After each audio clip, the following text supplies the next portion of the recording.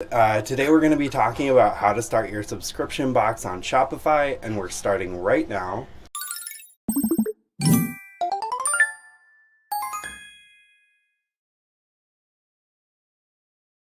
Hey there, how's it going? My name is Timothy Dan Barrick. I'm the Digital Marketing Manager at StoreTasker. StoreTasker is the fastest, easiest way to get in touch with a vetted Shopify expert who can help fix your store. Welcome to another video in Shopify Entrepreneurs. If this is your first time, make sure to check out our YouTube channel so that you don't miss a thing.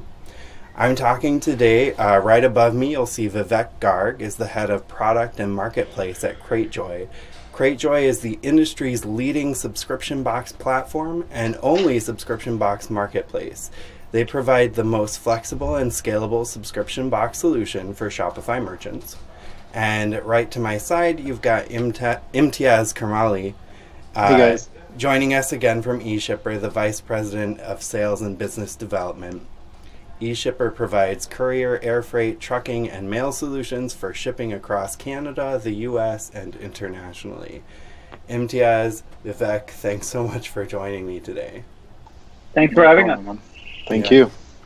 So let's just dig right in. We're talking about subscription boxes and how folks with existing Shopify stores can get started with that. So let's take a step back, and why is this a good option? Vivek, why should folks offer a subscription model with their store? Yeah, I think, when I tend to think about what are the benefits of subscription boxes, I think think about consumers. The reason why consumers love subscription boxes, the good thing about subscription boxes is that, for the most part, subscription boxes are centered around people's passions. And so these are things that you don't need, but these are things that you want. So if you want things that you need, you generally go to Amazon. It could be diapers. I mean, I got kids, so that's what I'm thinking about, those kind of things, which are the same product that you get on a recurring basis. And you could care less about those things. You just need them because it's a necessity. Subscription boxes are mainly centered on passion. So these are things that you want, that make you happy, that make you a better person, that you're excited about. And you could care less. So it's mostly related to what you're excited about, your hobby or your passion. So that's one big difference. And this is why subscription boxes are doing extremely well, that they are very much centered around making you a better person, or connecting you deeper with your passion. The other reason why people love this is the element of surprise. So it's not the same product every month or every quarter that you're getting. It is different products centered around the same, subcategory or hobby, but you don't know what's really coming in. You don't know the exact product, or it's an experience. So the entire unboxing experience is something that the customers have really taken on to.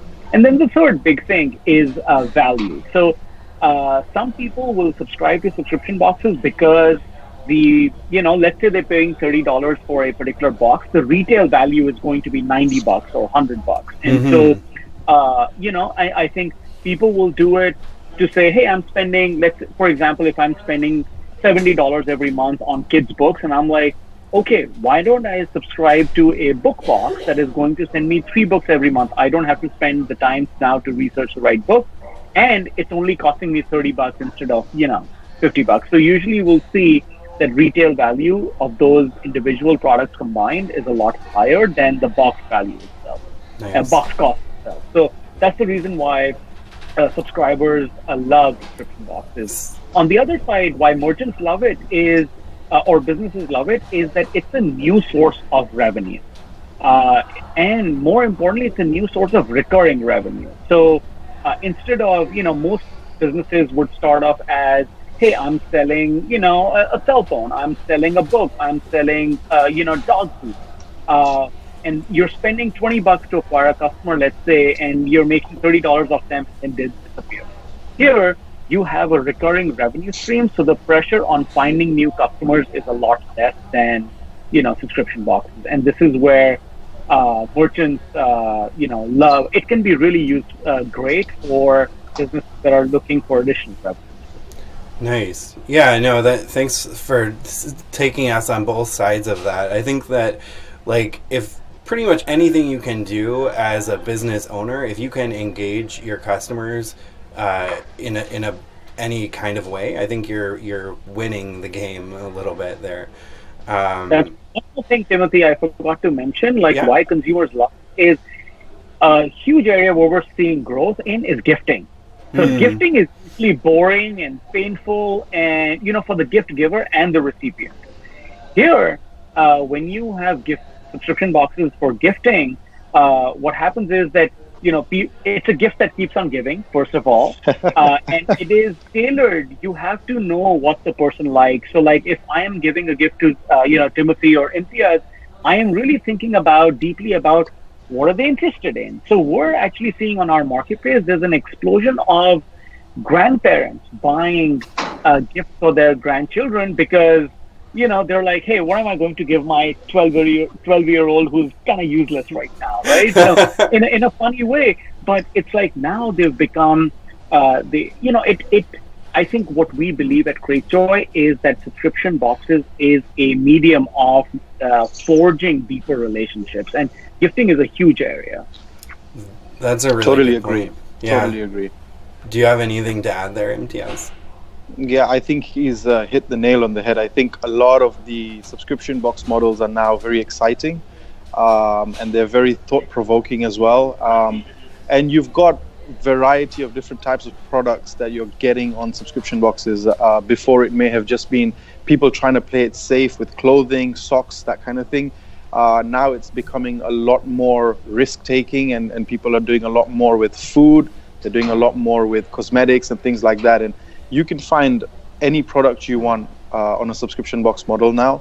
And the beauty about what Vivek just mentioned was it's a gift that keeps giving. So if a mother is pregnant and she's in her second trimester, for example, you can now start to think about things that you can enter into where she can start to learn more about the baby she's about to deliver, but also some of the clothing that she might need, some of the resources that are available, foods to eat, so on and so forth. So you're almost creating a gift that will be something that she can take along on her journey with her rather than something that she just gets once.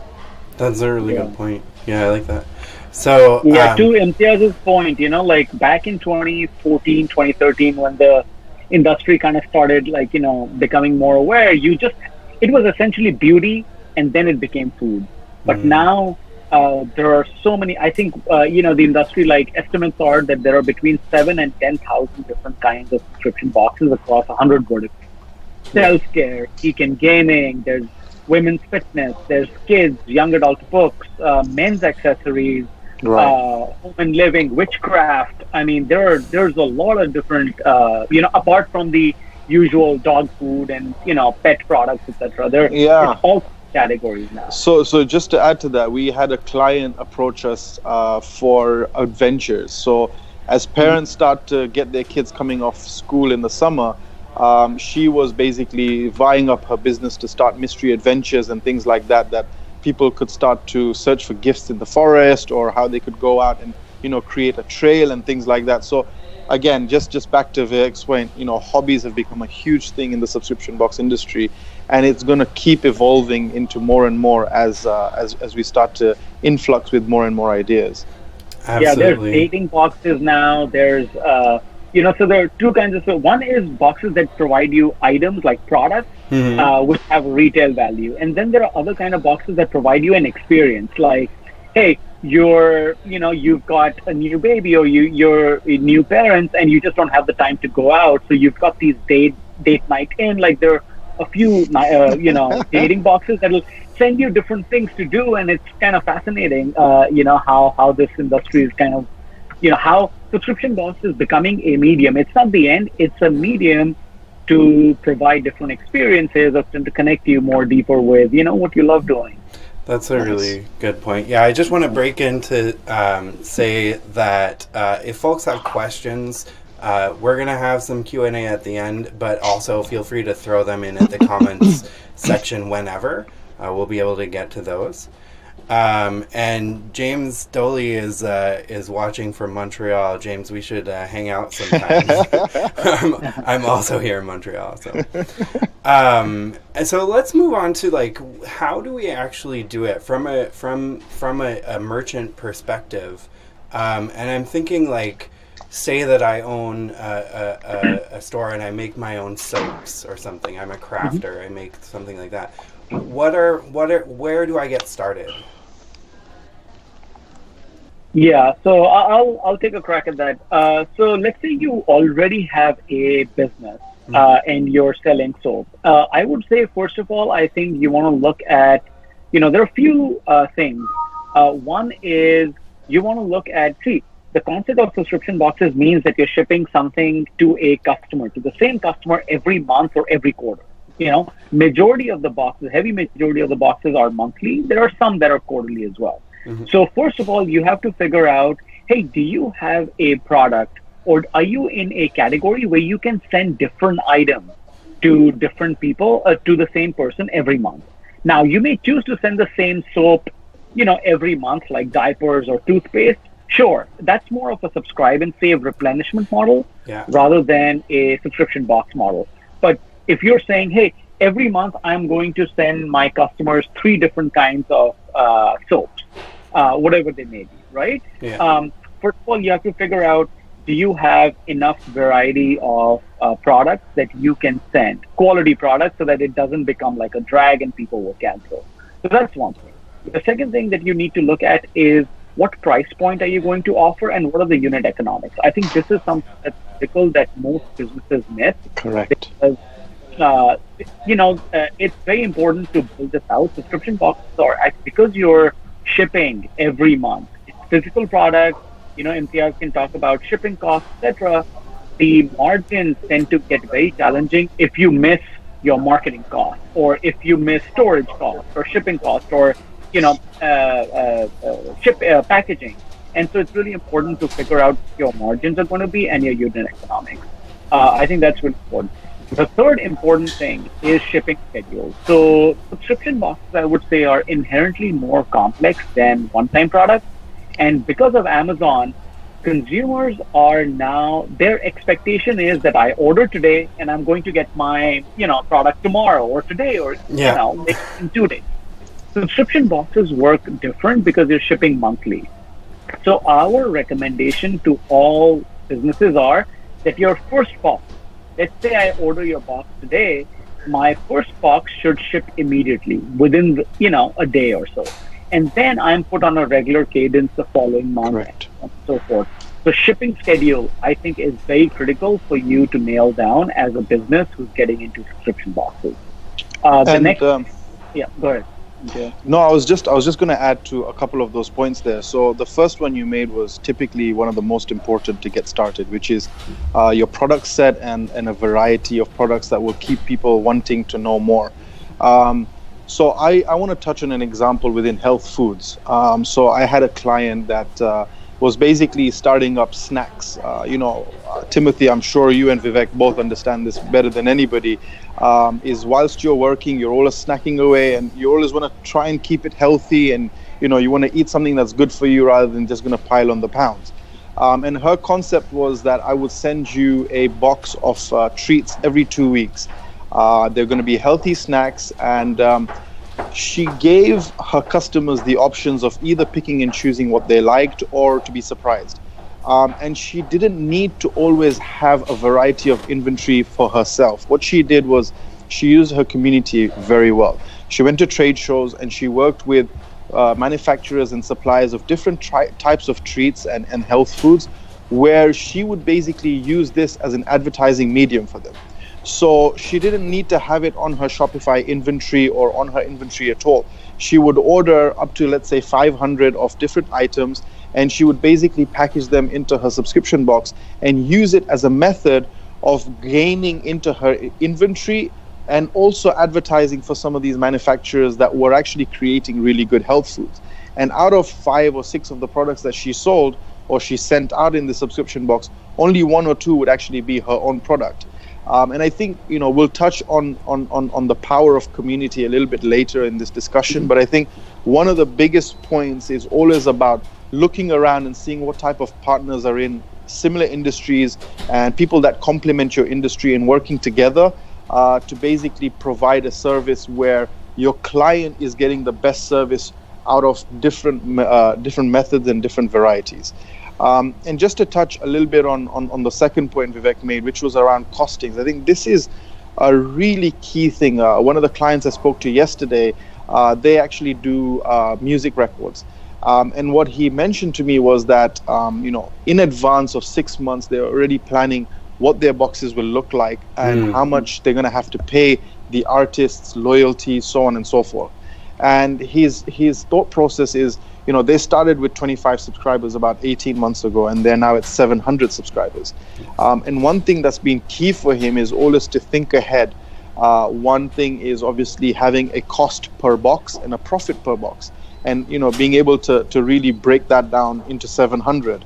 The other thing that they do, which they're now starting to think about moving away from, is they fulfill on their own. So, there's 4 of them, and they have a group session on a weekend where they'll actually pack 700 boxes. Wow. And he says, in 2 weeks advance of that session, we will make sure that we know exactly what inventory is coming in, because back to Vivek's third point is, you need to know how large your box needs to be for that month, and also how much weight it's going to carry, because these are extremely important when it comes to shipping and when it comes to thinking about what your cost per box is going to be.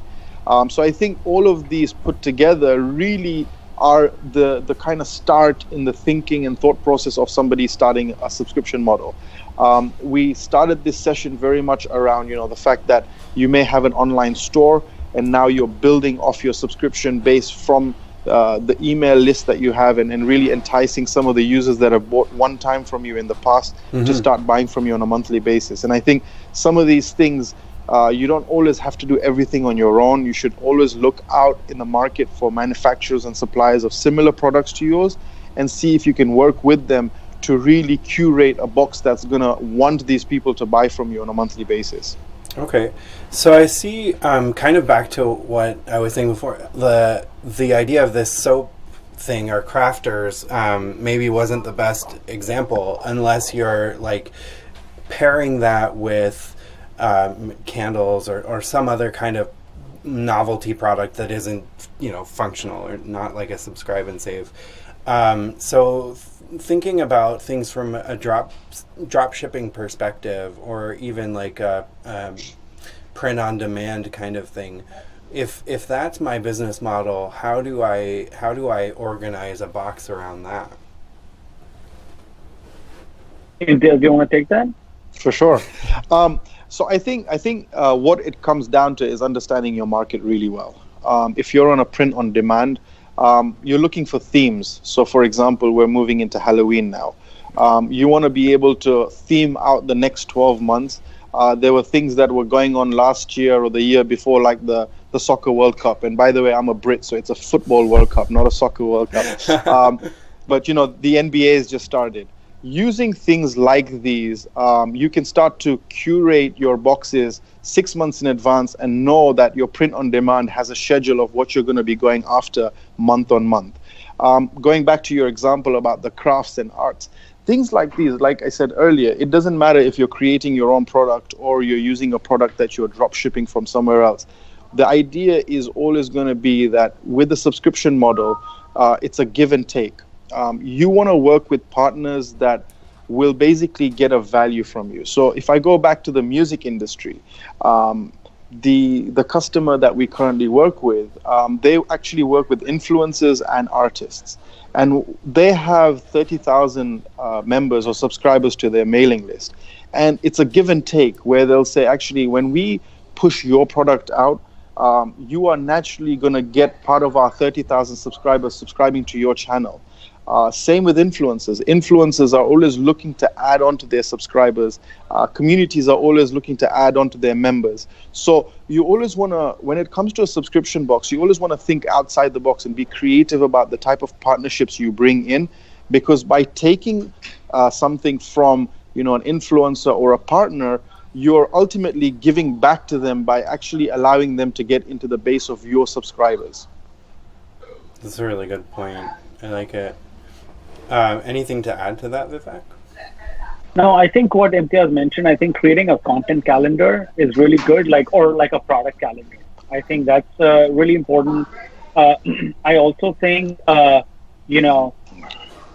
most businesses tend to think, hey, we're going to be massive and I'd like to have all sorts of customizations and stuff like that.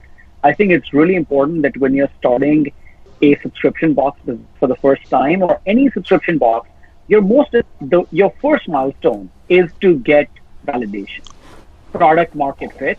And so your goal should be, hey, how do I validate my subscription box idea as soon as possible with the least cost possible? And so that means trying to do away with all the complexity, try to offer one subscription box with no customization, and try to get it out in the market. And like Imtiaz said, he was talking about the 30,000 list. I think it's really important to do a pre-launch with subscription boxes, specifically when you're working with multiple vendors. The best way to test this, and we've done this, we actually at Cratejoy, we started an accelerator program where we take, hundreds of merchants, new businesses, and we help them start their subscription box. And one of the key things that we do there is, without spending any money, we will help them do pre-launch. So you can buy some products on the market, at market cost. You can do some really good product photography and put that up on your website or on Cratejoy's marketplace, create a listing, and you can do pre-launch. So you can say, hey, I'm gathering email addresses. So your website can just, have really good pictures, and you can send it out on social media. You can send it out to your community that you have and see how many people sign up. So if you're able to get, let's say, 700 or 1,000 or 1,500 email addresses, that's actually a good start, because at a 5 to 10% conversion rate, you could be selling 50 to 100 boxes, and it's a good first indication of whether your product has any legs. I think just to add to that, so Timothy, that is some of the key things in the industry when it comes to marketing. The things that Vivek has just mentioned there don't cost you a penny. It's just about being creative and thinking outside the box. It's almost like a Kickstarter campaign in its own self, right? You're creating the hype and the interest in the market to basically say, I'm bringing on a product. And we get this a lot at eShipper. We work with a bunch of entrepreneurs, a bunch of startups that are very young, and they're excellent at the marketing side of it. And they don't spend a lot of money on paid ads and things like that. It's just about being creative and creating that hype. And I think, part and parcel of having this mailing list and putting a subscription on Mailbox, you also can work and give away things like your product to influencers who can do an unboxing campaign for you, 3 months in advance of your product coming out. And what that does is, when you have some of these people, pre-ordering or preempting their orders, you can really start to forecast the areas that you're going to be shipping to, the areas of interest, the type of demographic that really finds your product interesting, and you can build off of that. So you're already running before you've even started in terms of understanding the analytics and the background information on what is working and what's not working, where to spend most of your time, and where to make sure you're avoiding time because you're just wasting your resource, really. Yeah, where would you say say that I'm an existing shop, but I have kind of a small list, and I'm doing enough to get by, but definitely room for improvement. Where is the community for that? Where is this your list that you use for your business, or do you reach out to influencers? How do you do that? I'll take that if you don't mind, and then Sure. I think one of the most important thing is membership communities, just like Store Taskers and just like Shopify entrepreneurs. You have an umpteen amount of subscription box groups across Facebook, across LinkedIn, where you have a community of, one thing I love about, Store Taskers Shopify group is very much the point that people use it to learn. And people put comments on there to provide knowledge and to really collaborate. And I think you can use that in two different ways. So one part of it is, making sure that people are aware of what's going on. And again, things like these Facebook groups, they're closed groups, they're non-spam groups, but they're also at the same point, a learning curve, and people try and find out more about what other things are going on. So one part is definitely using communities and Facebook groups. The other I would suggest, and this is happening a lot within our own customer base and a lot of the people that work with us, is doing a kind of giveaway online, and really working with other companies where you are basically creating a giveaway product and hype online, whilst asking the audience to create an action, whether that's a like, a comment, or providing their email address. Isogenics is a nutrition company. They do protein shakes and things like that. And on LinkedIn, they said, look, we'll give you X amount of money if you can bring 2 people and make them healthier in one way or the other. And in order for you to qualify, just type the word info.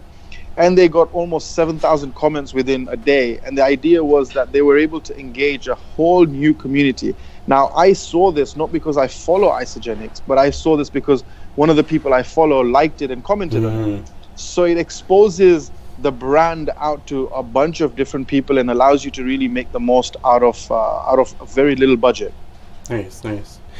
Okay, so say that I watch this. Timothy, one more thing to add. Go ahead. Yeah. I think another good way, like you said, if you have a small list, I think one of the more effective ways could be a referral program. So, I go back to Harry's. Before Harry's launched the shaving company, and so before they launched, they had a landing page which basically said, hey, we're going to make, shaving fun. Like they had a really fun, creative, catchy phrase. And then basically they had said, give us 5 email addresses and we'll give you something free. If you give us 50 email addresses or 100 email addresses, you have shaving free for 1 year. And they collected, before they launched, they were able to collect 100,000 email addresses in 1 week. Wow. And the article that I read, don't quote me exactly, but I believe it said that out of the 100,000, 75,000 or 80,000 of them were referral emails. That means 20,000 people referred 75 or 80, something like that. It was orders of magnitude. And I think you can take that small list, and if you have the ability to offer some sort of savings on a referral program or a credit, I think that could be pretty interesting as well. For sure. And it doesn't cost you much. So. And Timothy, you can see that he referred people and I didn't. There you go. So say that I attend, this talk and I'm convinced I want to start my program. What are the challenges? What kind of pitfalls will you see? Or even I started it a few months ago and I'm just gaining the momentum. What do you see people doing wrong, I guess? I can start with that. So one is, I think people tend to add complexity. Again, going back to what I said, try to keep things as simple as possible.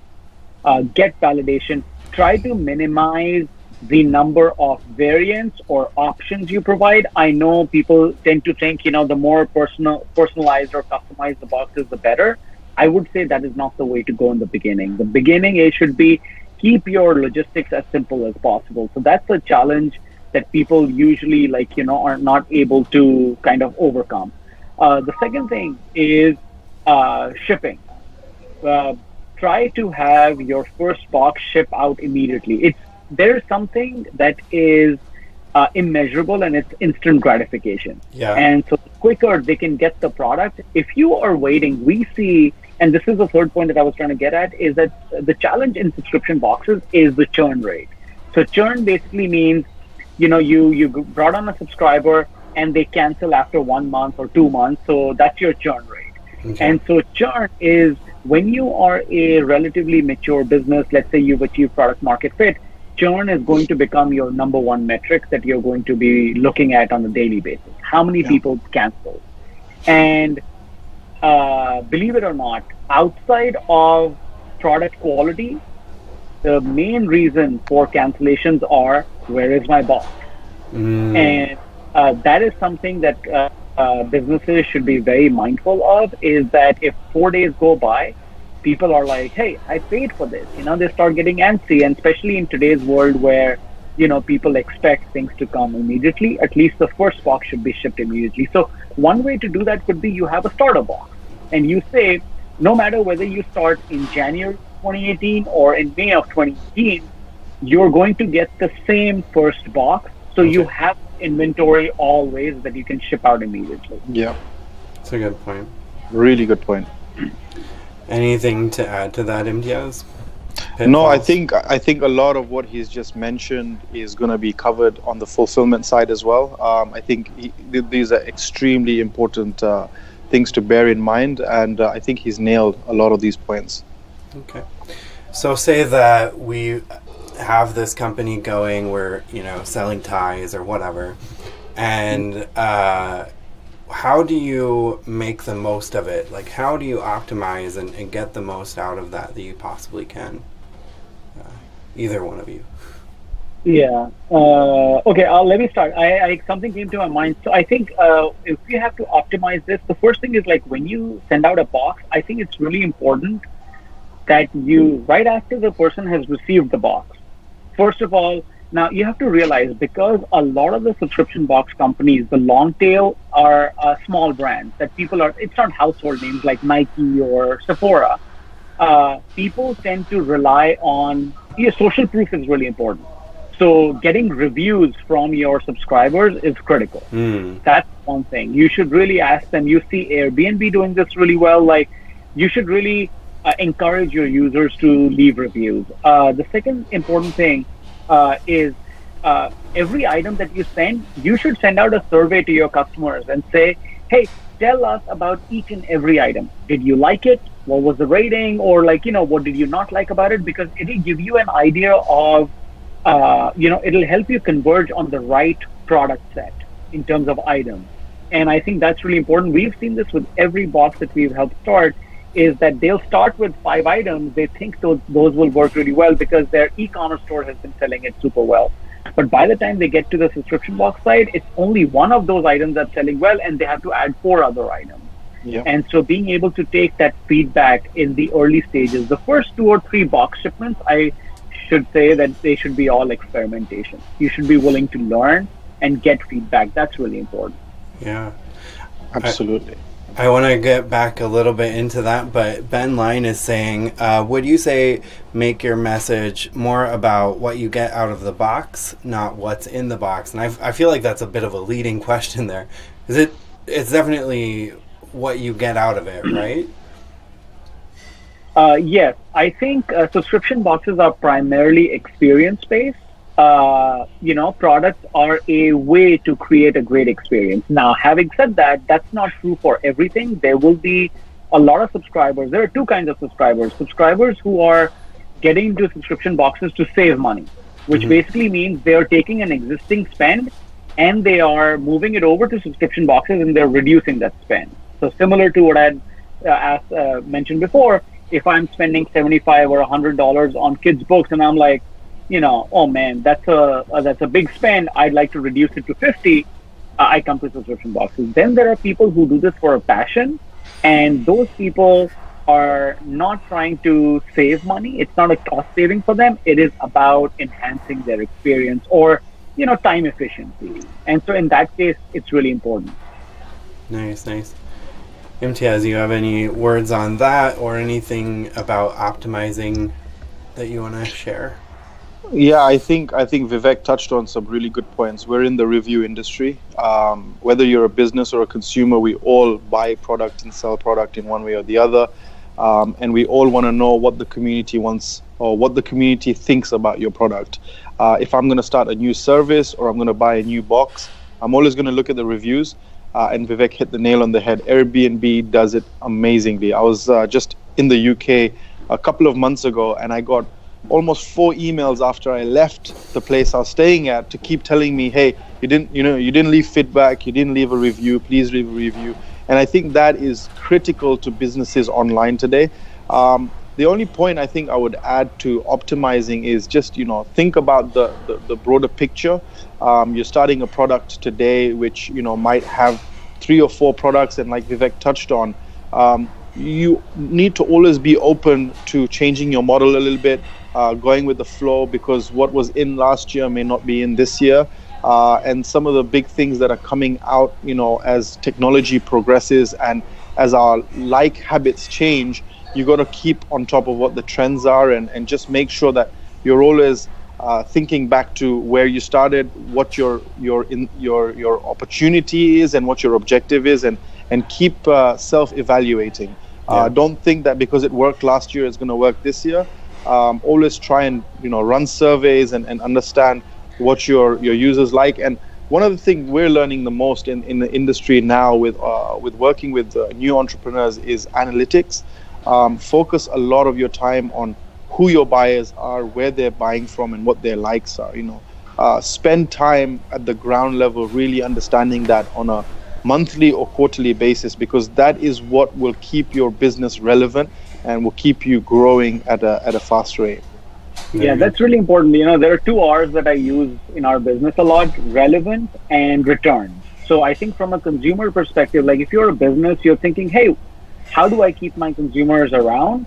One is send them relevant products. I think that is really important. So it could be based on seasonality. It could be based on themes. If, there's a woman who's expecting a child, making sure that you're sending them the appropriate products. If it is fall season, you're not sending them, super, like summer clothes. And so making sure that it's relevant. And then return on investment. So people will not think about, generally consumers don't say, hey, this is a poor quality. Yes, there are businesses that send poor quality products, but it's all about, hey, for the price that I paid, it could be a top quality product, but if the consumer thinks that the price that I paid for that product or experience is not, is too high, then there is a mismatch. Yeah. And I think being able to provide an unboxing experience, being able to provide value that is,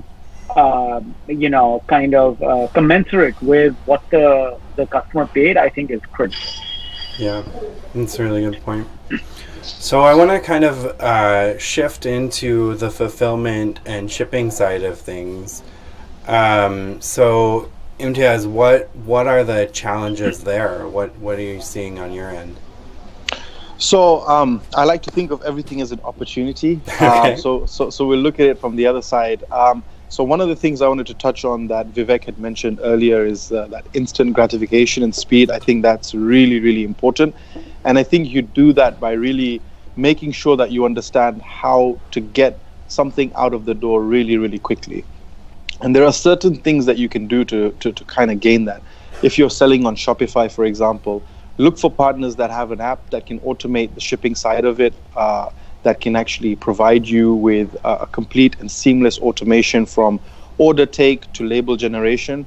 I think in terms of the overall structure of your business, we talked a little bit about this about 6 or 9 months ago, Timothy, about, fulfillment and using outsourced partners to do things that you're not the best at. Focus on your core competence. In the beginning, yes, you might want to package those boxes yourself and make sure everything is done in the right way. And it's also a means of pride. You've put this box together and, the first few months it's going out, you're doing all the hard work. But as your orders start to increase, as your subscribers start to increase, you want to spend time on that optimization that we talked about. You want to spend time on understanding if you're relevant. You don't want to spend time on, boxing things yourselves and putting labels on them. So always focus on what you're good at, which is sales and marketing, and think about using partners in the market that can actually provide you with the best level of support, a consistent approach to things, and also speed. Speed is the most important thing in our industry. So always focus on what you're good at, people are very worried about Amazon and Amazon Prime and things like that. And I think it's key to that point that, you're always making sure that you're giving them that level of service and using the right people in the market to do that. So I want to touch on a couple of things when it comes to fulfillment. Okay. One of them is obviously, use a partner that can provide you with a variety of services. Don't go with partners that are very focused on just doing one thing.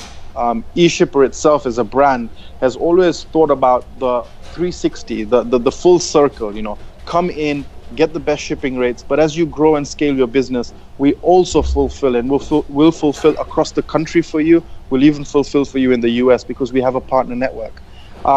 But an important thing to note here is that some of the carriers may be good on some lanes, but not so good on others.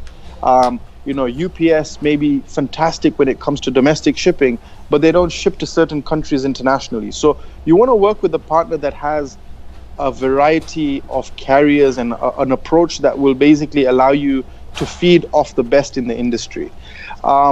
Building on that, you also want to be able to provide or work with a company that will give you a variety of speed options. So someone that can give you an express as well as someone that can give you a slow truck or in the sea approach. And also, when you're a subscription box company, you got to think about how you're going to get your inventory in as well as how you're going to get your inventory out. So final mile delivery is key and is extremely important. But you also got to think about how that inventory is going to come into you. Again, use partners that have good rates when, if you're drop shipping from India or China or across the world and you need really good rates on the sea, look for partners that have those good rates. Do not try and always do everything on your own. Do not try and negotiate, because what happens is you're working on a volume discount basis. So with eShipper, for example, we do 1 million shipments. We do over 1 million shipments a year, and that allows us to get really, really good volume discounts from all the carriers. We also import a number of containers from all over the world. So we have agents and we have people on the ground in various parts of the world that actually are already vying for us to get the best price in the market. We can use that influence and that network to be able to help you and support you to get your products into the country in a fast manner as well as in the cheapest and most efficient method. And the final thing when it comes to bringing stuff in or taking stuff out is that managed service. If things go wrong, I'll give you an example. If a package is damaged or lost, or it's late and it's in transit, the last thing you want to do as an entrepreneur is to be on the phone waiting for somebody to get you to the right department, or to be fighting your case on the phone with multiple people from big organizations. You want to work with an organization that has all of these items down packed. They have a specific line that they call into that is specific to their company needs. So I'll give you an example with eShipper. Even though our claim rate is very low and our damages are low because we have built a scenario and a process really well with the carriers, we have a team that has a dedicated support line. So what happens with that is that when we call into these support lines, we are getting preferential treatment to a smaller business trying to get into the same support line. So these are things around outsourcing and making sure that you have the right type of partnerships to fulfill in the best way possible.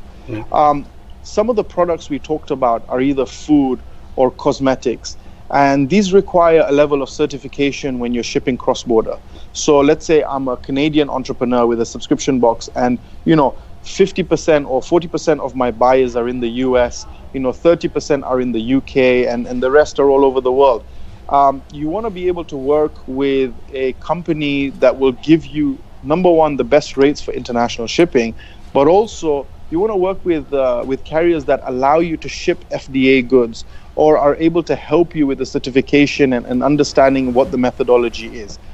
We have a specific product called Dhl Ecommerce that has recently allowed for subscription boxes to be shipping things like food and cosmetics, and they provide you a complete managed service on ensuring your certification is correct, your packages don't get stopped at the border, and they have a pre-clearance method, which means that, like Vivek earlier said, people churn because they don't get their item on time, or because the expectation was set that, this will come in 3 days and it didn't arrive for 10 days. So you want to work with the type of carriers that have these type of issues down packed, and they know and can really provide you with the right level of consultation so you can set the right expectation with your customers.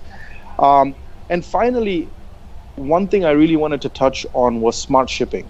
Okay, so if you are a subscription box, positioned in the east of Canada, so let's say you're in Ontario or in Toronto specifically, and you have a large amount of clients in Vancouver, or you have a large amount of clients in California, you have one option, which is to use either the postal service, which is known as the cheapest service, or a good courier service to ship one at a time. And you're going to be shipping, let's say, 100 packages to Vancouver or 100 packages to California. What will happen is that you're paying one rate to go to Vancouver, which might be $15 or $19 or $30, for example. But if you know that consistently you have 1,000 packages going to the same area or 100 packages going to the same area, you could actually package them into one pallet or put them into one big box and line haul them across to these states or these countries and then ship them one by one from there. So you're inducting into the system once it's arrived into that specific region. And how that helps is basically, number one, you get a more consistent transit time because you're shipping everything in one go. But instead of paying $30 or $25 per item, you're now reducing your shipping cost to $6 to $9 per item. So not only are you saving time, but you're saving cost. And again, it's all about being smart. Now, in the industry, there are not a lot of people that can do this because they haven't built the network or they're just not creative when it comes to these type of things. That's why, it's good to be working in partnership with companies that have this as their core competence. And people that do fulfillment and people that are in the shipping game, this is kind of a norm in our industry. This is something that, we pride ourselves on. And Canada Worldwide eShipper actually has the largest agent network in Canada. We have an agent in every major airport that works with us on this basis. So there are really a lot of things that you can take away from working with the right type of partners. And I'm sure Vivek will agree, you want to work with industry leaders, thought provokers, rather than people that just give you the cheapest deal and, advertise that they're going to save you the most amount of money. You want to work with people that are actually active and creative in this industry. Yeah. When you're starting a subscription box, I think there are two criteria that I use to select a fulfillment partner. One is accessibility. Like Imtiaz said, when you're small, it's really important that when things go wrong, people are accessible. And I think having your partner be accessible is really important. And the second thing is, it boils down to more subscription box experience. I think because they are, you're receiving products from different vendors. At the same time, you might be knitting and packaging, your partner might be doing that. I think having prior experience of subscription boxes, knowing that, hey, unboxing experience is really important. Like if I am buying one-off, shoes or soap or whatever it is, I could care less about how they come as long as the packages, items are not broken. Yeah. For subscription boxes, the unboxing experience is really important. When you open it, it's the element of surprise, but if the package is messed up or if they haven't packaged it well, you're destroying the entire experience, even if the products are amazing. And Correct. So a partner that takes care to package each and every box properly, I think is really important. I wouldn't worry too much about the cost in the beginning. Of course, as you scale and you've got these things, the basic things figured out, then you can figure out how do you, kind of scale, how do you build in, economies of scale, like, per box cost, but I would focus on the other two first. Nice. Before we wrap up, I have a couple questions, but one thing that I wanted to talk about, so from a practical or production perspective, what does Cratejoy offer to the merchant end of things? Yeah, so Cratejoy has two main areas. One is we offer a technology platform for subscription box companies so that you don't have to get engineers, building your own website. So let's say, Timothy, you're starting a new box and it's called timothysoap.com. Yes. You don't have to go out and get engineers, etc.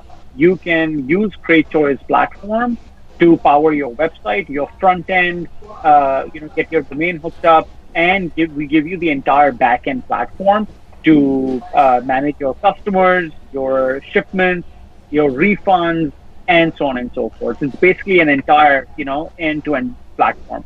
We also have flexibility that if you're choosing to use Shopify or WordPress or Wix or, BigCommerce, any of these, and you already have an existing website, you don't need to use Cratejoy's website hosting, service. You can simply connect to Cratejoy for your subscription box side of the business. So we give you the checkout functionality. The other side of the business is So this was more on the merchant side, like the businesses. The other side is consumer side. So when we started this business, within a year, we had over 1,000 businesses using Cratejoy's platform to power their businesses, their websites.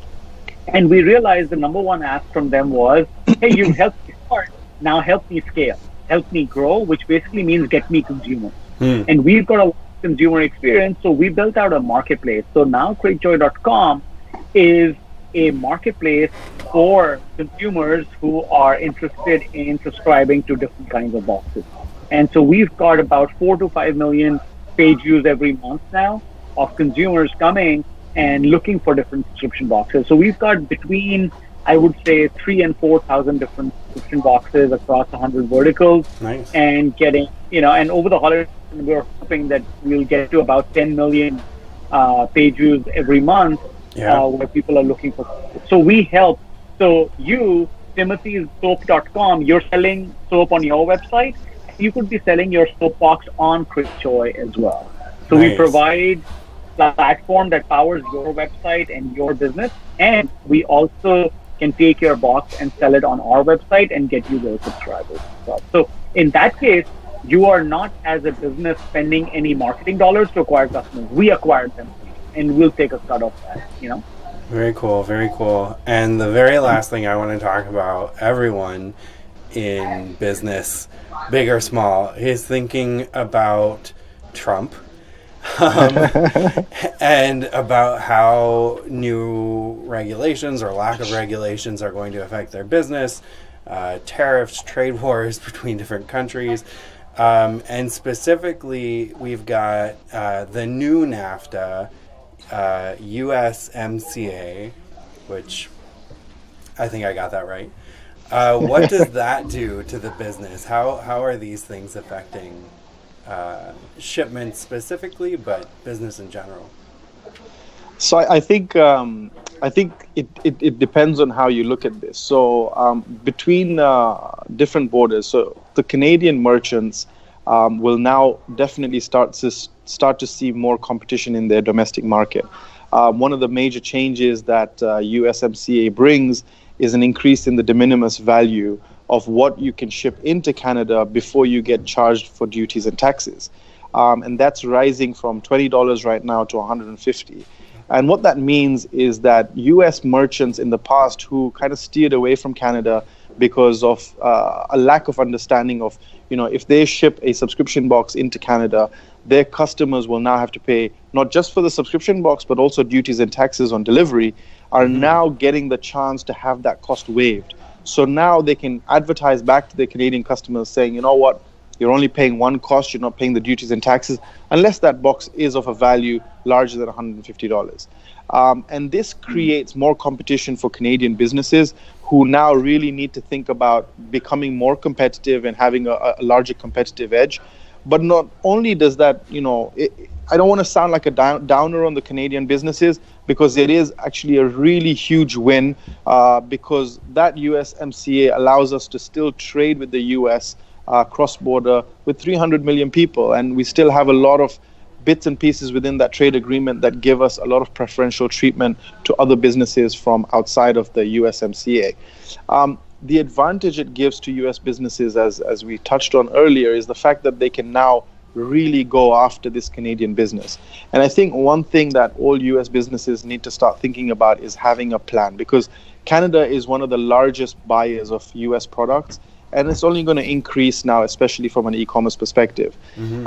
What they really need to start to think about is that Canada is a large place. It's a really big landscape. It's one of the largest mass areas in the world. And when it comes to shipping orders into Canada, they really need to, be creative and work with partners that know the landscape here and give them the ability of crossing the border. When it comes to the tariffs and changes in regulations, I think the biggest thing you need to do is work with partners in the brokerage industry to really understand for your product specific how you're affected, and really educate yourself on the changes that are coming, because there are a lot of big opportunities that you will find, but you make sure you have the right level of knowledge and you're being educated by the right people not just trying to self-educate yourself online, because regulation is a very tricky thing, and the USMCA is not a small document. It's a very large document. Sure. Okay, well, we'll go ahead and wrap things up right there. If anyone watching at home, if you guys use any of the tips that we talk about, if you start your own subscription service, we want to know about it. Make sure to throw it into the comments below, whether you're watching this on Facebook or on YouTube. If you want to boost your sales and improve your Shopify store, shameless plug here, post a job on StoreTasker and be talking to a vetted Shopify expert within minutes. Imtiaz, if folks want to get started with eShipper, how do they get started? They can simply go on our website. We actually have, they can do a quote online and really find out what the pricing is, and they can sign up for free online. Our platform is completely free of charge, and it takes less than 2 seconds to get started, and you get an account number automatically, and you can start shipping straight away. And Vivek, same question to you with Cratejoy. How do we get started? Yeah, if you're a business, go to cratejoy.com/sell, SELL, and you can sign up as a business with your entire platform, with your entire website on our platform, or you can say, hey, I have an existing website, and so if you go to /sell, you'll be able to just join our marketplace. And as a, you're still, everybody is a consumer, so you can go to cratejoy.com and, subscribe to a box that you like. There you go. Nice. Next week, I'm going to be talking with Richard Kamoiko from Leaflet about how to price your products optimally and how to use dynamic pricing to make more sales. If you don't want to miss out on that chat or any of our future chats, there's a few things to do. Make sure to sign up for our newsletter, which will be linked below. And if you are watching on YouTube and you're not in Shopify Entrepreneurs, make sure that you join, because that's where we make all the announcements. Vivek, Imtiaz, thanks so much for joining me today. Thank you. Great speaking with you. Thank you so much for having us. Thanks, Vivek. Thanks very much, and have a great day, everyone.